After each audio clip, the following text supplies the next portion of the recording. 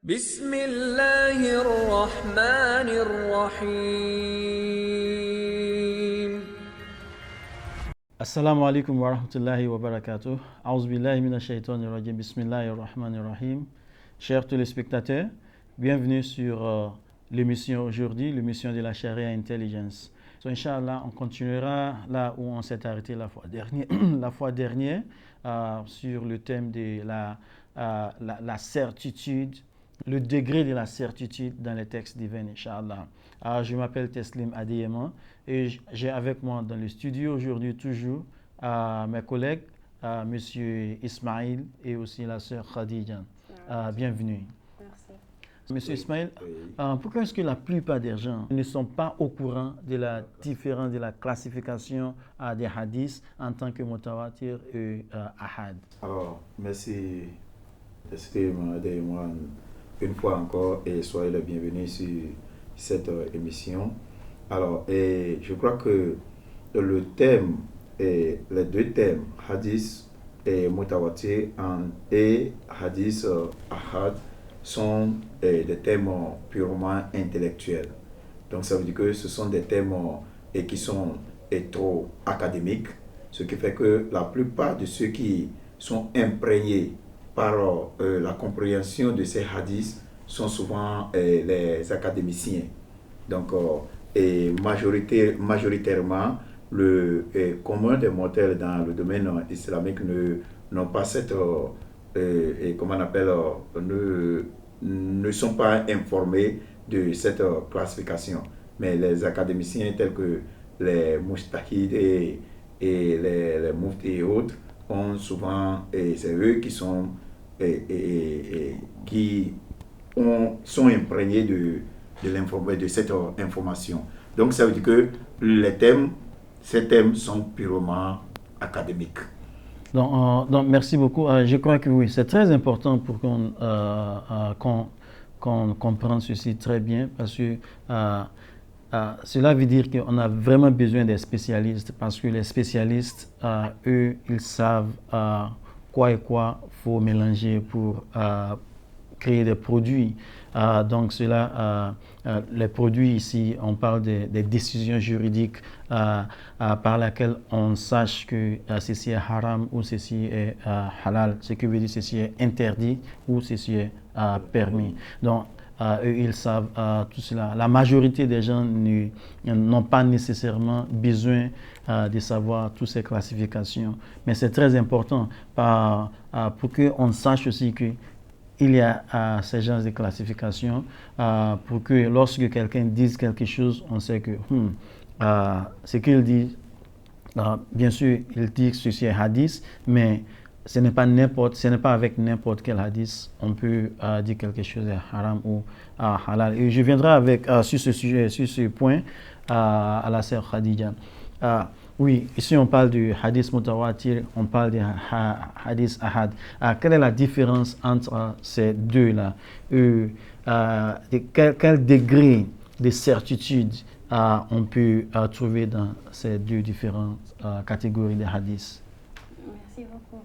Alors, dans le cas de hadith mutawatir, tous les juristes, toutes les écoles juridiques sont d'accord que les hadiths mutawatir peuvent être utilisés comme source de loi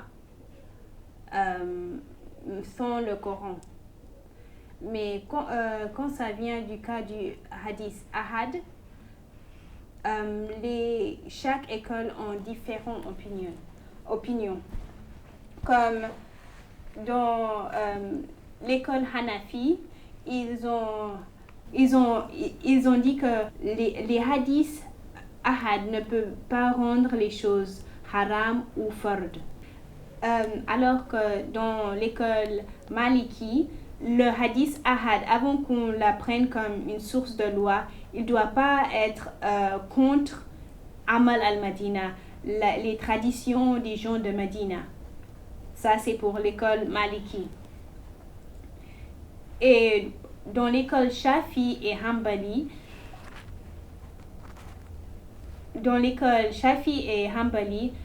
les hadiths ahad peuvent rendre une chose haram ou fard. pour eux, c'est aussi bon que le hadith mutawatir. Alors que dans l'école Zahiri, ils ne donnent pas de distinction entre les hadiths mutawatir ou les hadiths ahad. Donc, merci beaucoup. Donc, cela veut dire que chaque école de pensée juridique dans l'islam ont leur manière d'utiliser hadith ahad, surtout hadith ahad. Ils sont tous d'accord sur le hadith mutawatir, mais c'est comment utiliser le hadith ahad. Ce qui veut dire qu'ils n'utilisent pas, il y a d'autres qui n'utilisent pas le hadith ahad pour rendre des choses, pour interdire des choses, comme évidence qui interdisent des choses. Il y a d'autres qui considèrent que, comme les Shafi'i par exemple, chez les Shafi'i, et avec eux, il est possible d'utiliser hadith ahad comme évidence pour interdire des choses ou pour donner la permissibilité de faire quelque chose aux gens. Donc, merci beaucoup. Sur ce point même aussi, j'aimerais venir à vous, Monsieur Ismail. Quelle est la différence entre les écoles de pensée juridique dans l'islam à l'égard des hadiths ahad quand les hadiths ahad est en conflit, est contraire à la position de la majorité dans l'islam? Alors, merci bien pour la question. Je crois que la question de l'autorité même il est question ici de l'autorité même du test. Alors, à ce niveau, je crois que les écoles de pensée ont toujours comment on appelle, des opinions divergentes. Donc, lorsque nous prenons par exemple l'école de Hanafi ici, elle prend par exemple le Coran et comme la première source, Istisan, Qiyas et Ijma, ils considèrent qu'ils sont plus autoritaires que l'hadith ahad quand il s'agit des conflits. Alors, Maliki voit voit le Coran et Amal al-Madina, Istisan et Qiyas comme étant plus autoritaires que l'hadith ahad lorsqu'il s'agit des conflits. Alors, l'école de Shafi prend le Coran et l'Ijma et la Qiyas. Donc, il voit que ces sources-là sont plus autoritaires. Et Hanbali prend seulement le Coran. Ça veut dire que chez lui, selon l'école de Hanbali, tout ce qui est à part le Coran, il n'y a plus une autre source de vérité qui peut établir pour dire que ceci est présomptif ou bien spéculatif. Hanbali ne veut pas voir ça. Chez lui, c'est le Coran ou rien. Donc voilà comment les écoles de pensée, avec le temps, ont quand même essayé de se différencier par rapport à l'hadith mutawatir et l'hadith ahad. Merci beaucoup pour cela. Et ceci veut dire qu'il est possible aussi pour d'autres de faire des mauvais usages des hadiths ahad. C'est la raison pour laquelle les autres écoles de la pensée juridique essaient de prévenir l'utilisation des hadiths ahad. Déjà, je voulais ajouter quelque chose. Et quand nous allons faire une remarque très très spectaculaire, nous allons voir au niveau de là où ils sont tous d'accord, il y a le Coran.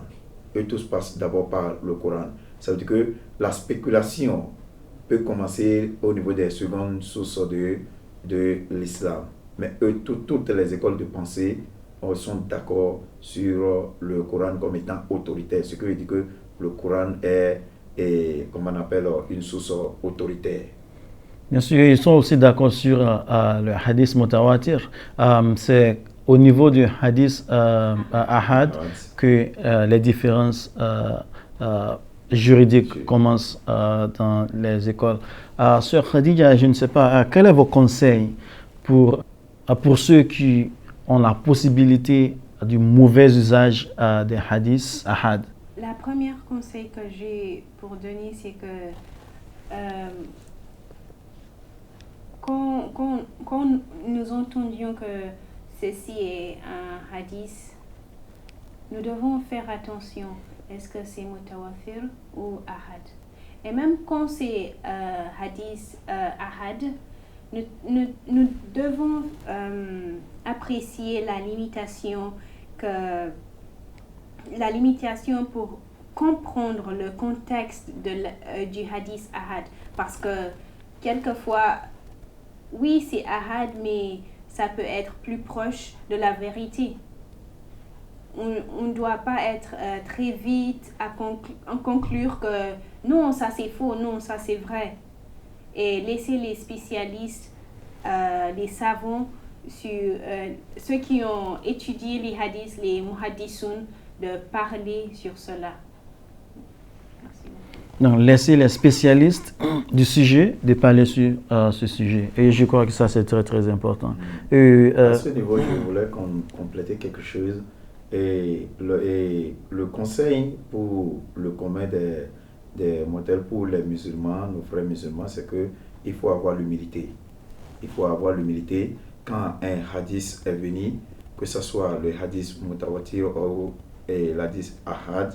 Il faut, et c'est vrai que même si l'hadith ahad est spéculative et présomptive, il faut nécessairement avoir le sens de l'humilité, de ne pas tout à l'heure aller dire que non, parce que c'est l'hadith est spéculative et présomptive, il faut directement la bannir. Donc, il y a l'humilité, il y a l'appréciation qui nous permet quand même de ne pas aussi aller au-delà des faits, donc de ne pas aller au-delà du contexte. Donc l'humilité est très très importante comme étant un conseil pour les frères musulmans. Merci beaucoup. Je crois que c'est un bon conseil que tous les frères musulmans au monde entier doivent prendre très très sérieux pour ne pas qu'on puisse faire des dégâts dans la religion.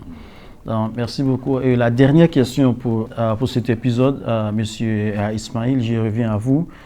Quelle sera votre réponse par rapport à ce que Imam Shafi'i disait que si un hadith est authentique, ça, c'est son école de pensée juridique.